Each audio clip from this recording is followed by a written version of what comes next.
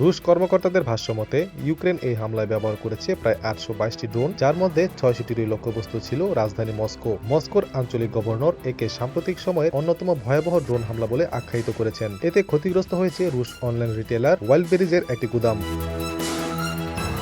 Rostov অঞ্চলে রাতের হামলায় নিহত হন 5 জন। বেলগোরোদে বাসে হামলায় নিহত হন এক নারী। আর মস্কো অঞ্চলে ড্রোন হামলায় প্রাণ হারান 83 বছর বয়সী এক বৃদ্ধ, জানান গভর্নর আন্দ্রেই বোরোভিয়ভ।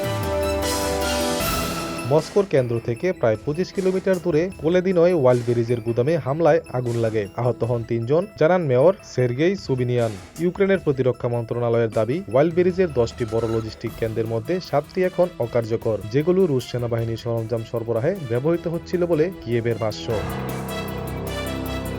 জাপোরিঝিয়ার একটি বাড়িতে বিমান বোমা হামলায় নিহত হন 63 বছর বয়সী এক ব্যক্তি ও 64 বছর বয়সী এক নারী। এছাড়া ক্রিবিরিহে 2 জন এবং সুমি, দোনেৎস্ক ও খেরসনে 1 জন করে নিহত হয়েছে বলে জানিয়েছে স্থানীয় কর্মকর্তারা।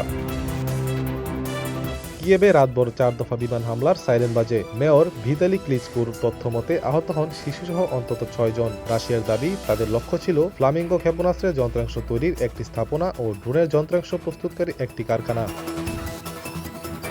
ইউক্রেনের প্রেসিডেন্ট ভ্লাদিমির জেলেনস্কি জানান, চলতি সপ্তাহে ইউক্রেনের 13টি অঞ্চল রুশ হামলার শিকার হয়েছে, যেখানে রাশিয়া ছুড়েছে 1,500-এরও বেশি আক্রমণাত্মক ড্রোন, প্রায় 1560টি নির্দেশিত বিমান বোমা এবং 62টি ক্ষেপণাস্ত্র। ATV USA international desk.